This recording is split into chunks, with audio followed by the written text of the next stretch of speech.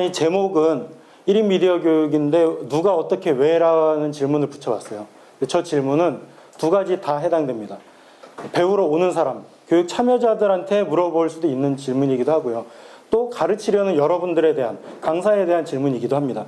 왜 오셨는지, 어떤 일을 하다가 오셨는지, 무엇보다 왜 이걸 가르치고 싶은지까지도 제가 한번 제 스스로 고민했던 과정의 그 고민 질문들을 여러분들한테도 던져볼 테니까 같이 고민해 주시면 좋을 것 같습니다. 제 소개를 하자면 영상 제작을 하고 있고요. 그리고 교육도 하고 있고, 그 다음에 관련 분야를 쉽게 설명해 주는 글도 몇 군데 가끔씩 쓰고 있고요. 유튜버라고 해서 유튜브 영상을 올리고 있는데 구독자 수는 저거밖에 안 돼요. 저것도 보름 전에는 90명대였는데요. 대전, 부산에서 들으신 분들하고 제가 그거 말고도 2번 더 강의를 했더니 그나마 여기 오셨던 강사 선생님들이 구독을 해주셨는데 늘 저래요. 100명 안팎 왔다 갔다.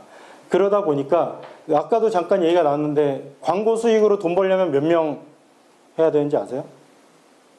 그냥 다 벌 수 없고요. 광고가 안 붙어요. 예전에는 누구나 그냥 길게 가면 됐어요. 그래서 저도 3년 전에 이 채널에 영상을 올리기 시작했는데 한 2년 지나니까 7달러를 벌었더라고요. 8,000원. 아, 이 속도면 한 5년이면은, 그러니까 100달러 돼야 현금이 들어오거든요. 수표가 날아요. 아, 5년? 5년이면 어떻게 되겠네? 그냥 잊고 지내자라고 했는데 갑자기 올해 초에 날벼락이 쳤죠. 유튜브에서 규정을 바꿔서 구독자 수 1000명 안 되면 안 되고 1년 전체 재생수가 4000시간이 안 되면 아예 광고가 안 붙어요. 아무튼 올해 2월에 그렇게 규정이 바뀐 이후에 저는 이제 유튜브로 돈 벌기는 포기했기 때문에 유튜버라고 썼지만 사실 부끄럽죠. 하다못해 저 중학교에 수업하면은 선생님 몇 명이야? 그러면 나 90 몇 명? 그러면 저희 반 옆에 2만 명 있어요. 그러거든요. 쪽팔리죠. 그래서 그렇긴 한데 제 강점은 나름 어려운 기술을 쉽게 설명하는 걸 어쨌든 갖고 있다고 생각하기 때문에 저기 보면은 유튜브 채널에 잡다한 잡테크라고 검색하시면 미디어 리터러시, 미디어 기술을 좀 쉽게 풀어주는 강의를 한 10몇 개 올리고 있고요. 또 스마트폰 영상 제작하는 것 같은 것도 올리니까 한 번씩 보셔도 되고 학생들한테 예습이나 복습용으로 링크 주셔도 되니까 널리 퍼뜨려 주시고요. 그 오른쪽에는 제가 정기적으로 쓰고 있는 글인데 저쪽에 보면 기술들을 쉽게 풀어주려고 하는데요. 저 중에 108호 맨 위에 있는 것과요. 여기 보면은 99호가 둘 다 유튜브를 다룬 글이에요. 근데 저기 2년 만에 쓴 글인데 2년 만에 저도 되게 많이 바뀌었어요. 99호를 쓸 때는 되게 가능성이 넘치고 3년 전에는 그래 이것만 있으면 그동안 기존 미디어에 편입하지 못했던 사람들에게 엄청난 기회가 될 거야. 누구나 올리라고 자극하자라고 썼는데 2년 넘게 지나다 보니까 저도 좀 이제 자포자기이고 비관적으로 보게 돼가지고 지금 최근에 썼던 글은 유튜브를 좀 삐딱하게 본 내용의 글도 있어요. 그래서 이런 식으로 기술을 쉽게 푸는 글도 있고 아래쪽에는 브런치에다가 쓰는데 여러분들도 이따가 유튜브에 대한 이해를 높일 때 통계나 그런 분석을 잠깐 설명해 드릴 텐데 이런 걸 올리면 사람들이 많이 보는 글이나 영상 조회수가 나오거든요. 그걸 보면서 내 활동에 영향을 받을 수 있는데 신기하게도 사람들이 요즘에 유튜브 영상 편집 맨 앞에 있는 소스 관리 여기는 안 나왔지만 영상 편집용 컴퓨터 맞추는 거 이런 거는 조회수가 1000, 2000 넘어요. 근데 그냥 쉽게 설명해 주고 좀 미디어 리터러시 이런 듣기만 해도 딱딱한 것 같은 건 100 될까 말까. 그래서 저도 만약에 유튜버로 돈을 벌고 싶다 그러면 거기에 맞춰서 입맛에 맞는 것만 만들어야 되겠죠. 이런 활동을 하다 보니까 자연스럽게 교육을 하고 있고 그 과정에서 가장 최신의 지금은 최신이 일단 유튜브를 대표되는 1인 미디어니까 그걸 가르치고 있고요. 근데 처음부터 그러진 않았어요. 처음에는 그냥 전통적으로 영화반 같은 학생들 가르쳤고 중간에는 학생들이 제가 2007, 8년부터 시작을 했는데 2011년, 12년에 이제 스마트폰이 싸게 보급되기 시작했어요. 그전에도 있긴 있었지만 대부분 폴더폰 쓰다가 학생들이 이제 스마트폰을 절반 이상 갖고 오더라고요. 그러면 교육과정도 한번 그걸로 바꿔보자 해서 바꿨는데 이때부터는 영화를 못 하겠더라고요. 제가 싫어서가 아니라 애들이 길게 버티는 힘이 점점 사라지더라고요. 그래서 영화를 한번 만들려면 적어도 한 학기 동안에 기획하고 연습하고 촬영하고 편집하고 이런 과정을 거쳐야 되는데 한두 번 하고 그냥 지치니까 이렇게 긴 과정의 프로그램을 이끄는 건 더 이상 무리인 것 같다 그래서 제가 바꿨고요. 그러다 보니까 이제는 유튜브로 가면은 거의 한 편 한 편마다 한 수업마다 뭔가 나오는 식으로 호흡이 완전히 짧아졌죠. 이것도 하나의 변화가 될 수 있는데요. 그래서 저는 이 아래 일단은 뭔가 그럴싸한 예술이라는 이름을 붙일 수 있는 영화 만들기 같은 걸 하다가 그냥 멀티미디어 시대에 다양한 거를 하는 게 중요하니까 체험도 해보자. 그러다가 요즘에는 유튜버가 어쨌든 뜨니까 대세니까 유튜버를 가르치긴 하는데 그냥 뭔가 만들어서 올리는 업로더가 아니라 거기에 기획을 하고 혹은 만든 걸 통해서 다른 사람과 소통을 하고 내가 어떻게든 세상에 변화를 주는 미디어 그 자체가 되자라는 식의 미디어 되기라는 개념을 요즘에 강조해서 밀고 있습니다. 어떤 곳에서 가르쳤냐면 우리도 이쪽은 학교 자유학기제 수업 지금 하고 있고요. 그 다음에 이쪽은 당연히 학교들은 아시겠지만 시설이 형편없어요. 가령 컴퓨터, 편집용 컴퓨터가 컴퓨터실에 있긴 하지만 대부분 옛날 컴퓨터든가 혹은 이런 수업을 할 때는 컴퓨터반이나 그런 반에 교실을 내줘야 돼요. 그러면 할 수 있는 게 없어요. 학교에 캠코더, 방송반에 한두 대 있지만 그거 가지고 유튜브 전체를 학생들 10몇 명, 20명을 할 수는 없고 그래서 제가 스마트폰으로 하겠다는 계획서를 내면 학교들은 다 좋아요. 자기들은 드는 거 하나 없고 그냥 편하게 교육할 수 있으니까. 그래서 요즘에는 스마트폰으로 촬영, 편집, 업로드까지 끝내는 식의 교육과정을 학교에서 많이 하고 있고요. 이쪽은 지역 공동체에서 아이들 보육하는 그런 기관, 방과 후 교실 같은 건데 동네 기반, 지역 기반의 프로그램에서 초등학생 대상으로 한 적이 있고요. 이건 지난주에 바로 끝났는데 노무현 재단에서 올해 여름부터 한 3기에 걸쳐서 지금 1인 미디어 교육을 하고 있어요. 근데 저도 생각하기엔 처음에 노무현 재단 하니까 노무현? 미디어. 어떤 사람이 오겠지 상상을 해서 프로그램을 준비했는데 전혀 제 상상과 맞지 않게 그냥 평범한 분들이 오셨어요. 특히 뭐 돈 벌려는 분도 절반은 됐고요. 그분 중에는 다른 류의 강사 활동을 하고 있는데 그 영상 콘텐츠를 꾸준히 쌓아서 유튜브로 뭔가 활동하고 싶다 이런 분도 계시고 그냥 내 장사하는 홍보 영상을 찍고 싶다. 그래서 여기 오신 분들도 그냥 평범한 사람들이어서 제 기대와는 다르게 저는 마치 뭐 대한 언론이나 이렇게 거창한 의식을 갖고 운동하는 분들이 오실 거라고 생각해서 준비했지만 실제로는 그냥 평범한 유튜브 교육을 하고 있었고요. 지난주에 끝났고요. 그 다음에 미디어 센터에서는 뭐 다들 아시는 프로그램이긴 한데 아직까지는 1인 미디어 교육을 개설해서 운영하는 데가 많진 않아요. 좀 이제 비슷한 거라면 1인 제작자 교육은 많이 하고 있어요. 뭐 청년 PD라든가 해서 여럿이 하지 않더라도 혼자서 옛날 VJ들처럼 뭔가 기획하고 촬영 편집까지 끝낼 수 있는 거는 하기 때문에 그런 것도 1인 미디어로 포함한다면 그런 교육은 자주 나가고 있고요. 또 요즘에는 그렇게 직접 제작은 못하지만 제작된 영상을 혹은 남이 만든 걸 SNS로 공유 같은 거 하는 교육도 많이 있어서 그것도 뭐 아주 넓게 보면 1인 미디어에 포함시킬 수 있다고 생각하는데 어떤 시설과 장비는 아직까지는 열악하고 여기 1층에도 스튜디오가 있는데 저렇게 딱 차려져 있는 데는 제가 다니는 데서는 한 번도 본 적이 없어요. 그러다 보니까 어쩔 수 없이 스마트폰 교육을 하고 있죠. 그러면 어떤 식의 교육 프로그램을 제가 운영하고 있었냐. 이 중에 모든 거 다 다뤄봤어요. 근데 어디는 이런 식이죠. 어디는 이것만 원하기도 해요. 일단 기술적인 거. 촬영, 편집, 그리고 뭐 유튜버를 하려면 뭐가 필요할까요? 그러면 제가 저 스마트폰 아이폰 7 플러스 2년 전 거예요. 이걸로 찍은 건데도 여행 영상 잘 나와요. 그러면 거기에 자극받아가지고 다음 주에 바로 100만 원 넘는 최신 휴대폰 사오실 정도로 경제력이 있는 분들이 들어오시면 장비에 몰입을 해요. 중요한 건 내용이라고 아무리 말해도 일단 장비가 있으면 잘 만들 것 같은 그런 착각들을 하시죠. 과연 지금 얼마나 잘 쓰게 될지 모르겠는데 이런 식의 기술 교육 프로그램은 이제 제일 일반적이에요. 근데 또 다른 데서는 이렇게 요구하기도 해요.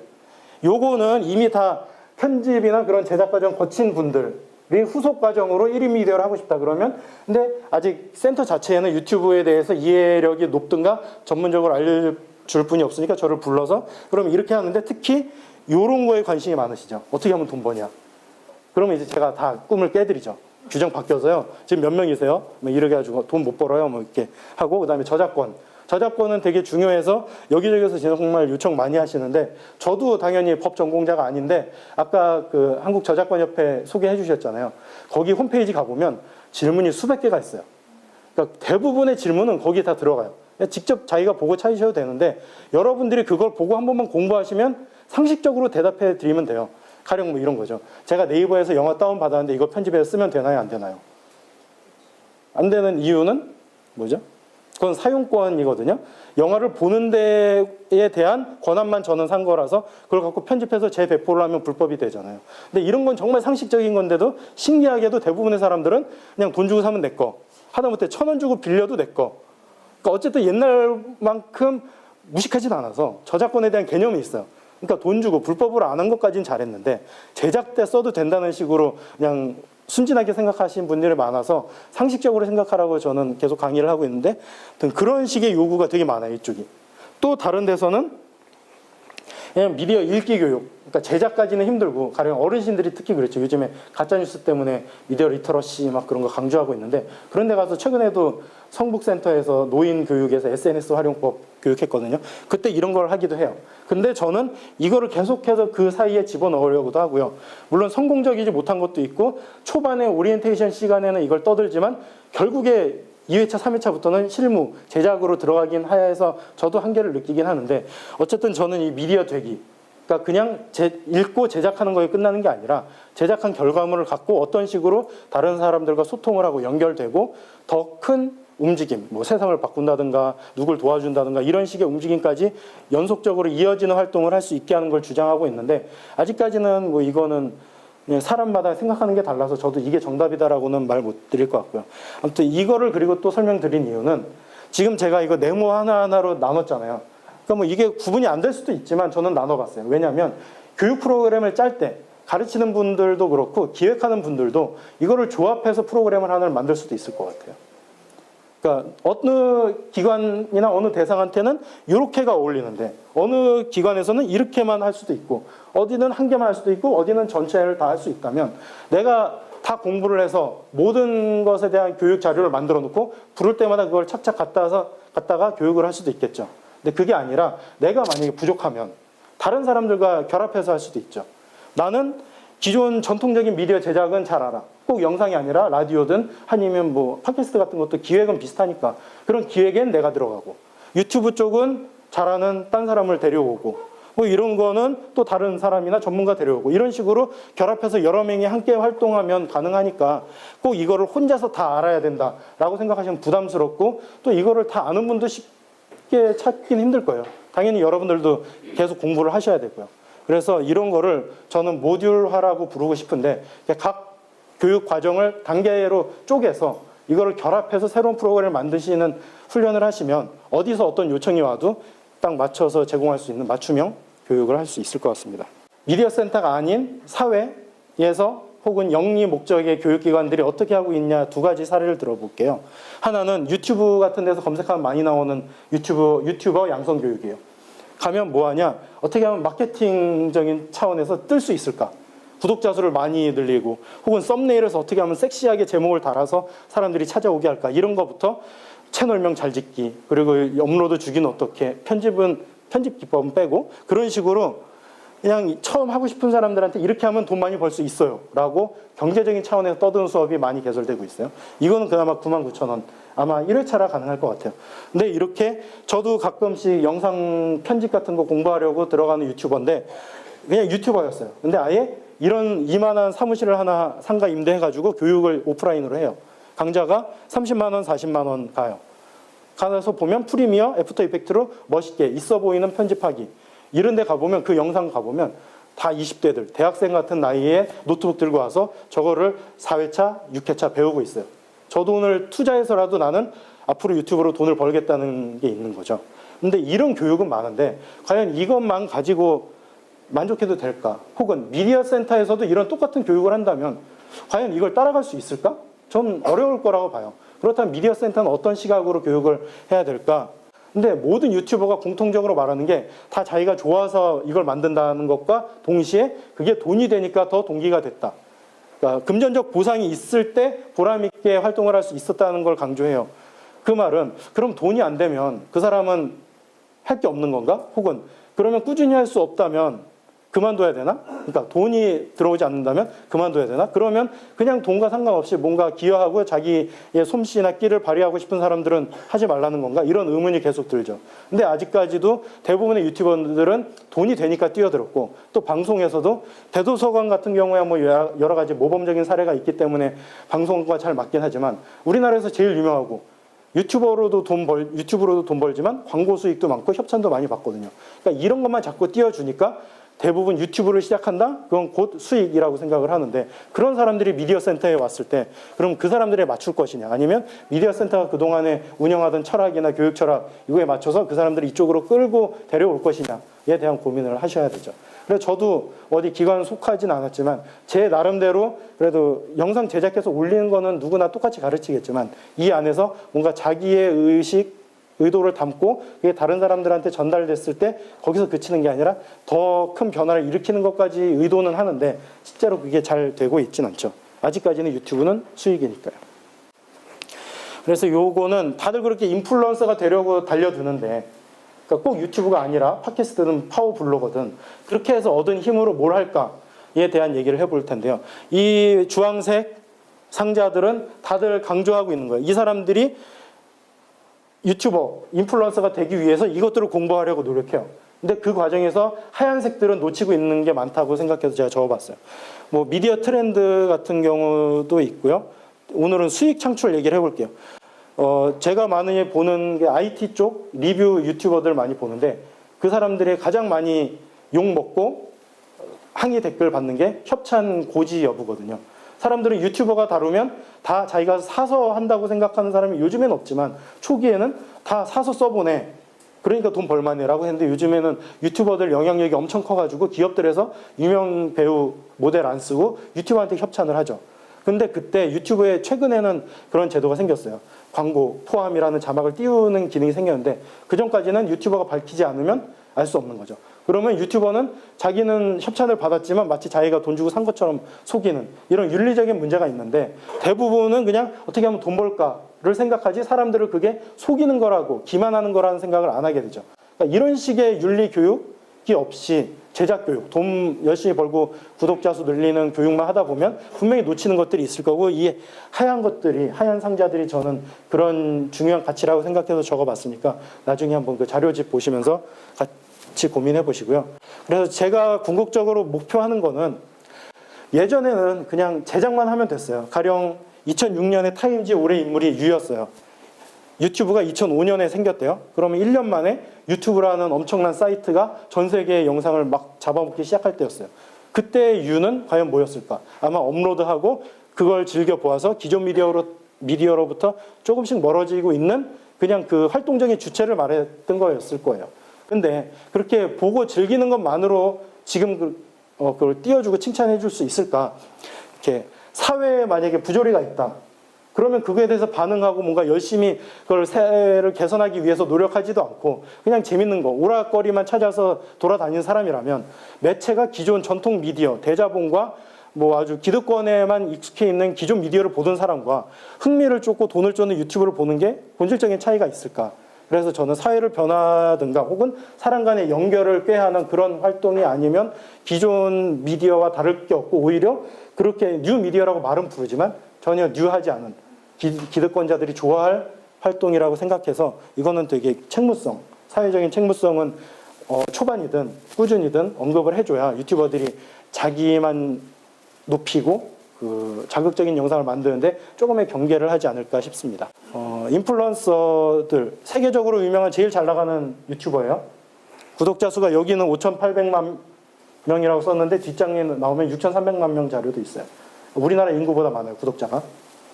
이제 여자, 기업이나 연예인이 아닌 일반 유튜버로서 제일 많은 여성 유튜버는 1,800만 명 되는 거죠. 그러면 요 밑에 유튜버만이지 트위터, 페이스북, 인스타그램까지 하면 중복이라고 쳐도 어쨌든 1억 명 정도가 이 사람이 뭔가 하나 쏘면 다 동시에 받아보는 거죠.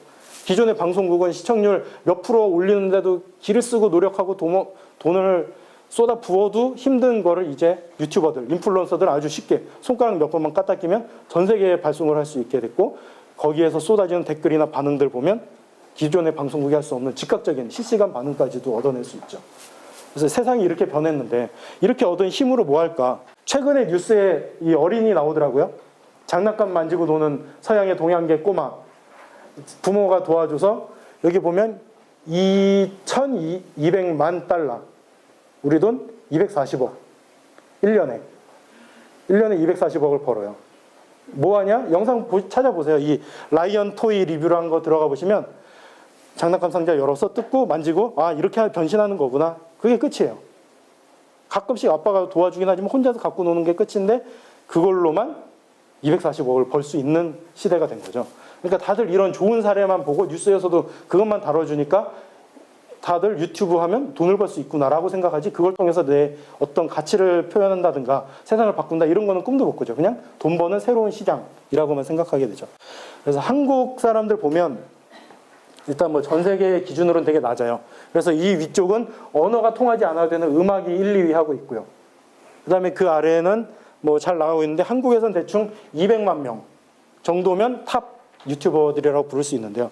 그럼 저런 힘 가지고 과연 그 유튜버들이 뭘 하고 있는지를 고민해 보시면 좋겠어요. 뭐 방송 나와서 자기의 영달을 쫓는 사람도 있고, 방송까지 나오지 않고 자기 그냥 갖고 있는 유튜브 안에서 뭔가 발언하는 사람들도 많아요. 뭐 언론의 성격으로서나 그냥 일개 방송인 미디어로서 하는 사람이 있는데, 저는 뜬금없이 동물 유튜버 하나를 소개하려고 해요. 여기에 보면 아리는 고양이 내가 주인이란 채널을 나중에 들어가 보시면 구독자 수가 지금 450만이거든요. 처음에 제가 5만 안 될 때 구독을 했어요. 2년 전에. 그때부터 사람들이 꾸준히 올려. 요 다음 장면에 제가 영상을 한번 틀어볼 거예요. 보시면 아 저런 거 가지고 45만 할 정도로 황당하실 거예요. 여기서 동물 유튜브 영상 본 적 있으세요? 한 분. 네. 네. 5분은 되는 것 같은데요. 한번 보시면 그 중에서도 가장 노력을 덜 들인 영상이 될 거예요. 대표 채널이에요. 근데 이 사람을 제가 띄우는 이유는 여기 후원 증서라고 인증을 해요. 뭐냐면 처음 이 사람이 공약을 내걸었어요. 아유, 뭐 이렇게 많이 들어요. 내 거 볼 필요 없고요. 근데 한번 10만 명 들면 내가 10만 원 쏠게. 동물 길고양이 보호협회 쏠게. 했더니 10만 명이 됐어요. 이제 눈물을 머금고 쐈겠죠. 근데 또 계속 늘어요. 20만 명 됐어요. 20만 원 쐈어요. 30만 원 됐는데 30만 원에 자기 돈까지 보태서 또 협회에 보냈어요. 그럴 때마다 인증을 계속 해요. 최근에는 40만 원 하면서는 길고양이 보호협회와 동물보호협회까지 또 2탕을 기부했어요. 그러니까 이런 식으로 이 사람은 처음부터 돈 벌 생각은 없었어요. 그냥 고양이랑 방 안에서 단둘이 사는데 고양이를 그냥 소개하고 이렇게 놀고 있다는 걸 소개하려고만 올리고 돈 생각은 전혀 없었는데 우연히 구독자가 늘고 당연히 광고가 붙으니까 돈을 벌게 된 거죠. 그러니까 이 사람은 애초부터 자기 게 아니라고 생각을 하니까 그 생긴 뜻밖의 횡재를 좋은 쪽으로 쓰려고 한 거죠. 자기가 고양이를 좋아하니까 동물을 보호하는 곳에 돈을 써서 어쨌든 이 동지들을 살리는데 뿌듯하게 기여를 한 거죠. 그래서 이 영상을 보시면 아 이런 것도 유튜브로 돈을 벌 수 있구나라고 좀 어이없으실 거예요. 한번 보겠습니다. 그러면 앞으로 교육을 하신다면 이런 것들을 한번 초점을 맞춰보시는 게 어떨까라는 기술적인 내용으로 들어가 보겠습니다. 일단은 유튜브 영상과 기존의 미디어, 뭐 영상에만 집중을 해보면 제작 과정에 큰 차이가 있죠. 이렇게 많은 스텝도 필요 없고요. 또 돈도 많이 필요 없고 장비도 간촐하게 스마트폰 하나만 있어도 시작할 수 있으니까 그냥 유연하게 시작할 수 있죠. 누구나. 간섭 안 받고 하고 싶은 대로 할 수 있고요. 근데 기존의 영화 교육, 뭐 방송 교육을 하시던 분들이라면 책에 다 따져가고 역할 나누고 이런 교육을 그대로 유튜브로 옮겼을 경우엔 애들은 벌써 질리죠. 일단 이름부터 1인 미디어인데 왜 우리가 팀 짜서 조별 과제 해야 되고 왜 기획서를 꼭 써야 되고 스크립트, 뭐 대본이나 시나리오 써야 되는지 이해를 못하는 거죠. 그러면 저는 그런 걸 강조하는 스타일이긴 한데 만약에 정말 1인 미디어만을 위한 제작 과정이라고 한다면 아예 그냥 그거에 맞춰서 1인 미디어를 위한 다른 과정을 준비하셔야 될 거예요. 그냥 그걸 이식만 하면은 분명히 거기서 부작용이 있고 저도 계속 그걸 2년째 겪고 있어요. 그리고 뭐 이렇게 혼자 할 수 있기 때문에 자유롭기도 하지만 힘들다는 것도 같이 알려줘야 되죠. 왜냐하면 팀 작업, 영화 같은 경우는 여러 명이 만들면 되니까 내가 부족할 때 다른 사람 도움 받기도 쉬운데 대부분 1인 미디어라고 꼭 유튜버라고 혼자 할 필요는 없지만 1인 미디어라고 하는 순간 혼자만 해결해야 될 것 같으니까 지레 지치기도 하고 한계가 있으면 거기서 중단하기도 하는데 그런 가능성과 한계를 모두 알려주시는 게 좋을 것 같고요. 그다음에 이거는 그 자료집에는 안 나와 있는 내용일 거예요. 제가 급하게 추가한 건데 그러니까 두 쪽을 봤을 때 요즘 젊은 사람들은 어느 쪽을 더 많이 볼까요? 오른쪽을 많이 보죠. 벤츠 먹방 제일 유명하죠. 제작비만 한번 생각해봐요. 왼쪽은 제작비 얼마 들까요? 유명인들 나오고 방송국 스튜디오에서 찍고 스태프들 수십 명 동원돼요. 그러면 회당 몇 천만 원에서 억 나올 거예요. 근데 오른쪽은 저런 거 다 세팅되어 있다고 하는 가정에서 음식값 10만 원이면 퉁칠 거예요. 근데 사람들은 오른쪽에서 더 큰 기쁨을 느끼고 더 오랜 시간을 저쪽에 머물러 있고 근데 이쪽은 점점 시청률은 떨어지고, 그러니까 자꾸 이쪽 방송들은 저 유튜브를 베껴오고 가져오려고 노력하고 있죠. 그렇다면 이거는 왜 어떻게 바라봐야 되냐? 그러면 사람들은 그동안 기존 미디어에 지친 거죠. 내가 좋아하는 것도 없어. 그냥 가족들 두루 무난하게 볼 수 있는 거는 방영될지 몰라도 특정한 취향을 갖고 있는 사람들을 위한 거는 거의 존재하지 않았는데 유튜브에 가니까 그게 있네? 혹은 한국어만 아니라 외국어로 치면 더 있네? 그러니까 당연히 사람들이 저쪽으로 넘어가죠. 그래서 여러분들이 창작을 고민하는 사람들한테는 이런 거를 강조해 주시면 좋겠죠. 그러니까 틈새 시장이라고 하듯이 그래도 아무리 지금 먹방이 많더라도 이 중에 우리가 다뤄보지 않은 먹방, 사람들이 볼만한 먹방이 있을 거다. 그 중에 하나가 불닭볶음면 먹방들이에요. 그러니까 양으로 승부하는 먹방은 많이 나왔어요. 외국인 반응도 많았어요. 한국 음식 맛있어요. 뭐 이러고 많았는데 영국 남자가 불닭볶음면을 들고 서양 사람들한테 먹여주니까 매워서 죽으려고 그래. 그 모습이 한국 사람들은 너무 재밌는 거죠. 매운맛 부심 있잖아요. 한국 사람들 잘 먹는. 그러다 보니까 시리즈가 됐어요. 영국 남자가 불닭볶음면을 모든 사람들 만나는 사람마다 먹여요. 그러면 뻘뻘 울고 뭐 그게 컨텐츠가 돼서 시리즈로 몇 차 갔거든요. 그런 식으로 특정한 주제만 초점만 잘 잡아도 그거를 즐기는 사람은 분명히 존재해요. 그러니까 먹방이라고 해서 요즘 뭐 레드오션이다라고 할 수는 있지만 그 안에서도 틈새는 있거든요. 그러니까 이런 식의 가능성을 열어주는 것도 하나의 교육의 초점이 될 수 있을 것 같고요. 또 하나는 과정인데요. 기존의 미디어들, 매체들의 제작 방식은 위의 거죠. 뭔가 요거 하나하나가 다 조립이 돼서 끝나지 않는 한 남한테 공개할 수가 없어요. 영화, 시나리오를 썼다고 그걸 공개 안 하고요. 촬영한 원본, 촬영 소스 공개 안 하죠. 편집을 해도 색 보정이나 컴퓨터 그래픽 안 들어가면 개봉 못 해요. 그러면 결국에는 모든 게 다 끝나야만 개봉할 수 있는 한 개의 작품이라고 부르고 그때부터 공개됐을 때 평가를 받아요. 근데 유튜브는 전혀 다르죠. 한 개 한 개마다 독립성을 갖고 있어요. 그게 완성도가 아주 형편없든가 혹은 아주 퀄리티가 높든가 상관없이 일단 공개해서 업로드하면 그 자체로 하나의 독립된 작품으로 인정을 받아요. 좋을 수도 있고 나쁠 수도 있지만 이게 뭐 완성도가 낮다고 조회수가 안 나오는 거 아니고요. 완성도가 높다고 조회수가 높은 것도 아니에요. 그냥 그때마다 그 자체로 평가를 받는 식의 제작 시스템이에요. 그러면 기존의 방식대로 만드는 식의 교육을 하면 당연히 지치고 재미없어 하죠. 그러면 유튜브만의 프로그램 해야 되겠죠. 오늘은 1분짜리 영상을 만들 건데 이런 식으로 해서 업로드까지 해보자 라고 완결을 짓고 다음에는 뭐 다른 주제를 하든 2분짜리로 하든 혹은 여럿이 하든 이런 식으로 그날 결과가 나오면 학생들은 그래도 뭔가 안고 돌아가는데 자 오늘은 뭐 했으니까 다음에는 뭘 하고 더 다 붙여서 마지막 편집해서 8주 뒤에는 결과물이 나올 거야. 이러면 8주를 기다리는 이미 특히 청소년들은 없죠. 그래서 이런 거를 고려해서 교육 프로그램 설계를 하시는 게 좋습니다. 그다음에 요건 기술적인 건데요. 영상 제작할 때 영화, 방송에서는 카메라 쳐다보지 말라고 그러죠. 인터뷰하는 게 아닌 이상은. 왜냐하면 카메라를 보는 순간 관객들은 놀래요. 이렇게 살인의 추억에서 송강호 씨가 이쪽을 보고 있다가 관객을 보는 순간 놀라죠. 왜 봤지? 뭐 의도는 관객 중에 앉아있을 화성 연쇄살인 사건의 범인을 노려본다는 의도가 있지만 이 기술만으로도 사람들을 뜨악하게 만드는 게 있어요. 그래서 이런 기법은 거의 안 써요. 관객을 불편하게 만드니까. 근데 유튜버들은 기본으로 써요. 시청자를 바라보지 않고 방송하는 유튜버는 10%도 안 될 거예요. 거의 없다고 봐도 돼요. 대부분의 사람들은 카메라 렌즈를 보고 말해요. 여기서 그렇게 해본 분 계세요? 리포터 활동을 하든가 그런 분들은 익숙하실 텐데 아마 지금 당장 셀카 찍으면서 10분 동안 떠들고 거리에서 말하라고 하면 되게 불편하실 거예요. 그건 뭔가 혼자 쭝얼거리는 거에 대한 불편함도 있지만 렌즈를 보는데 거기에 누가 없잖아요. 우리가 배우가 아닌 이상 렌즈를 보고 말하는 건 되게 낯선데 저 사람들은 렌즈를 보고 말해요. 근데 그렇게 찍음으로써 발생되는 효과는 저렇죠. 나를 보고 있어. 내 친구 같아. 분명히 구독자 수 100만 명이지만 1대1로 나한테만 얘기하는 것 같으니까 연예인을 볼 때랑 느낌이 전혀 다른 관계가 생성되기 때문에 유튜브 시청자들은 그 사람하고 내가 밀접하다는 착각을 하게 되죠. 그걸 기술적으로 쓰는 거죠, 저 사람들은. 심지어는 이렇게 벤츠같이 카메라를 아예 위에 놓기도 해요. 그러면 높이에 따라서 그런 거 영화 교육에서 많이 하잖아요. 뭐 이렇게 안각과 부감에 어떤 차이가 있나. 올려다 보면 내가 되게 우러러 보는 거고 내려다 보면 내가 권유로 짓누르고 무시하는 느낌이 들잖아요. 그러면 저렇게 되면 패밀리 레스토랑에서 직원들이 무릎 꿇고 주문받는 앵글이 되잖아요. 그러면 당신을 떠받들고 우쭈쭈 하면서 내가 말을 해주겠다는 의도가 들어갔을 수도 있어요. 제가 진심은 모르지만. 그래서 이 카메라 앵글 하나로도 의도를 다르게 전달할 수 있는데 기존의 전통적인 방식의 촬영 기법만 알려줘서는 유튜브에 먹히지 않겠죠. 그러니까 이런 유튜브를 분석하는 거, 기술적인 분석도 필요하다는 겁니다. 이거 말고도 많이 있을 거예요. 그 다음에 소통하는 방식입니다. 제가 뭐 허락은 안 받기 때문에 공개는 못하지만 고나고라는 테크 유튜버예요. IT 유튜버고요. 여기 보면은 이제 뭐 어떤 리뷰 영상을 꾸준히 올려요. 뭐 아이폰이 새로 나오면 아이폰, 액세서리 나오면 액세서리 쭉 올리고 궁금한 부분 있으면 댓글로 알려주세요. 다음 리뷰할 때 참고할게요. 그러면 사람들이 열심히 댓글을 남겨요.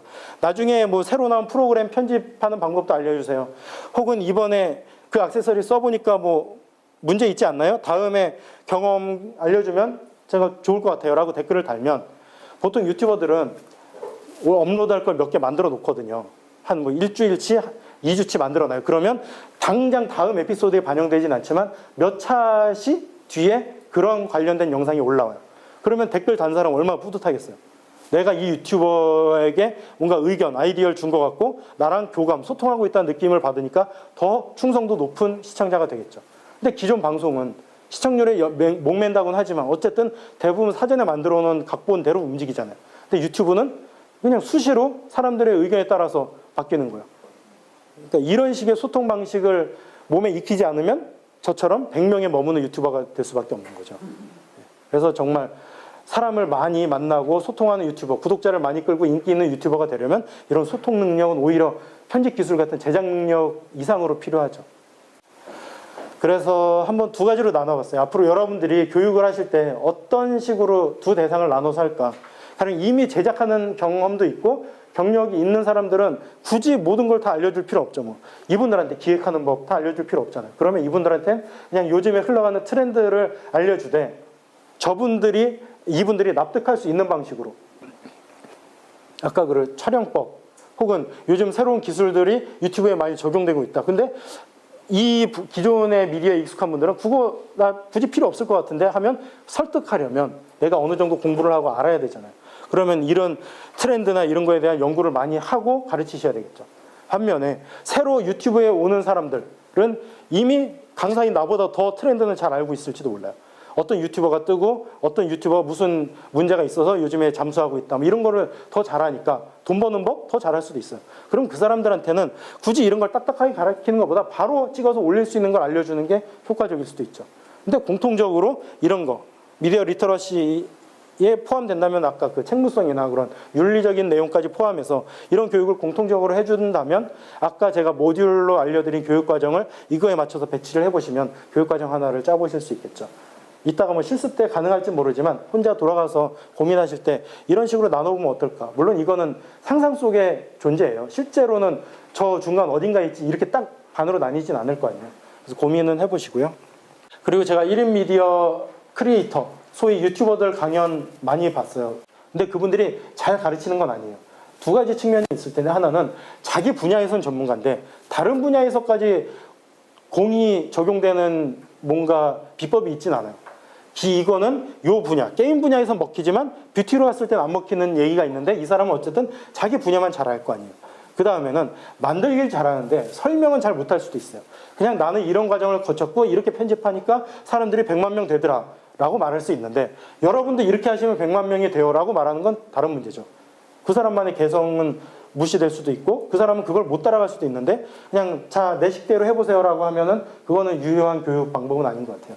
그래서 저는 특강 형식으로 결합하는 건 찬성이에요. 왜냐하면 그러면 호기심도 생기고 사람들이 아 나도 저렇게 되겠어 라고 스타를 우러러보는 느낌으로 선배로서 제시하는 건 좋은데 그분들한테 모든 교육 과정을 맡기는 거는 교육학적으로나 혹은 그 사례가 모든 곳에 적용될 수 없다는 실제적인 걸 따져봤을 때는 그렇게 전체를 맡기는 거는 아닌 것 같아요. 근데 요즘에 슬슬 이제 전체를 맡기는 미디어 센터도 나오고는 있더라고요.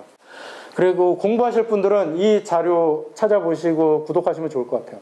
유튜버 매거진이라고 구글에서 영어로 치면 나오고요. 무료입니다. 무료인데 한 80페이지짜리 잡지, 유튜브 교육, 양성, 활동을 위한 내용이 분야별로 나와 있어요. 뭐 이렇게 단편 영화 같은 꽁트 형식의 유튜브, 뭐 뷰티, 장난감, 게임, 테크 리뷰 뭐 이렇게 분야별로 한 매월 5-6개 분야로 꼭지가 있어서 거기에서 뜨고 있는 유튜버들 인터뷰나 비법을 소개해요. 그리고 그 이후로 가면 새로 나온 신제품 카메라, 편집기 뭐 이런 거 설명을 해요. 그럼 이거 하나 보면 아, 이달에 미국에서는 이렇게 돌아가는구나라고 트렌드 따라잡긴 좋죠. 우리나라 유튜버 자료 같은 거 공부 많이 하시나요?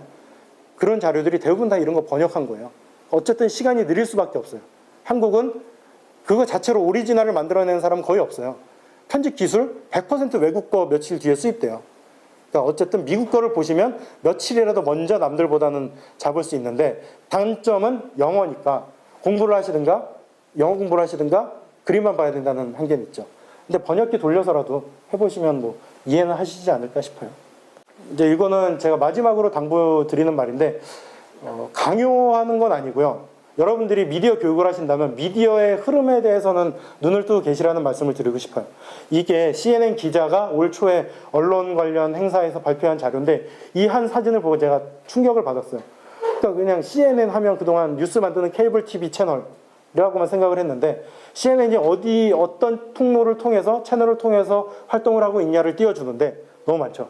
앱으로도 하는데 앱 안에서도 분야별로 정치, 경제 나뉘고 SNS를 통해서 이렇게 많이 하고 메신저를 통해서도 효과적으로 전달하는 기법을 새로 개발하고 당연히 디지털 방송, 기존 TV 그리고 뭐 카페나 호텔, 택시 같은 데 전광판에 나오는 조그만 화면들 그리고 VOD 서비스, 디바이스, VR까지 그러니까 옛날에는 뉴스 하나를 만들면 그냥 TV에 틀면 됐어요. 그대로. 근데 이제는 그렇게 하면 안 되죠. 여러분들 페이스북이나 인스타그램으로 동영상 볼 때 소리 늘 켜고 들으시나요? 그냥 이렇게 스크롤하다가 마음에 들면 멈춰보지만 자막으로 대부분의 내용을 이해할 수 있죠. 그런데 기존 뉴스를 통으로 옮겨보세요. 이해 못하죠. 또 길이도 1분 30초, 2분, 3분짜리 뉴스를 그대로 SNS에 올려요. 근데 인스타그램은 몇 분 올릴 수 있죠? 1분 올려요. 그러면 편집을 새로 하지 않으면 안 되죠. 그러니까 옛날에는 한 개를 만들어서 그냥 한 번 업로드하면 끝이었는데 이제는 한 번 만들어서 수십 개의 채널에 맞는 식으로 재편집을 하고 그 특성에 맞춰서 노력을 해야 돼요. 돈의 논리로 흘러가는 이런 쪽에서 이렇게 민감하게 가고 있는데 뒤에서 무임승차해가지고 우리가 하는데 저것도 못 따라가면 과연 일반 시청자, 기존 시청자들이 우리가 만든 걸 받아들여 줄까요? 아무리 자극적이고 만들다 하더라도 그것도 딱 그 경우지 다른 쪽에 있는 사람들은 존재하는지도 몰라요. 그러면 그쪽 채널을 굳이 내가 찾아가서 알리고 거기에 맞춰서 입맛에 맞게 떠먹여 줄 줄 알아야 되는데 기존의 전통적인 소위 예술하는 사람들이면 뭐 관객 한 명 들면 됐지 자기 혼자 만족하고 근데 이런 식의 태도면 유튜브 세상 1인 미디어 세상에선 존재하기 힘들죠. 그래서 기술을 공부하는 게 쉽지 않다는 건 아는데요. 저는 재밌으니까 하는데 힘든 분들은 스터디를 하시든가 이런 거 구독을 꾸준히 해서 그냥 뉴스 보듯이라도 가볍게 흐름에 대해서 귀라도 닫고 계시지 않으면 고인물은 안 되고 교육에 어쨌든 도움이 되실 거라고 봅니다. 기존의 제작 과정이 이렇게 계단식으로 완결이 됐다면 이제는 피드백 중요하고요. 더 중요한 거는 그렇게 얻은 능력, 콘텐츠 내용은 당연히 포함되고 그렇게 얻은 영향력으로 뭘 할지 뭐 사회 참여라고 해서 너무 거창한 게 아니라 고양이 한 마리를 죽어가는 걸 살릴 수 있으면 그것도 사회 참여라고 생각하고요. 뭐 꼭 정치, 사회 그런 의식 있는 행동이 아니라도 그 영상 콘텐츠 하나로 끝나지 않는 그런 행동을 하는 유튜버를 키울 수 있도록 뭔가 거기에 그런 노력을, 의도를 반영해 주시면 좋을 것 같습니다.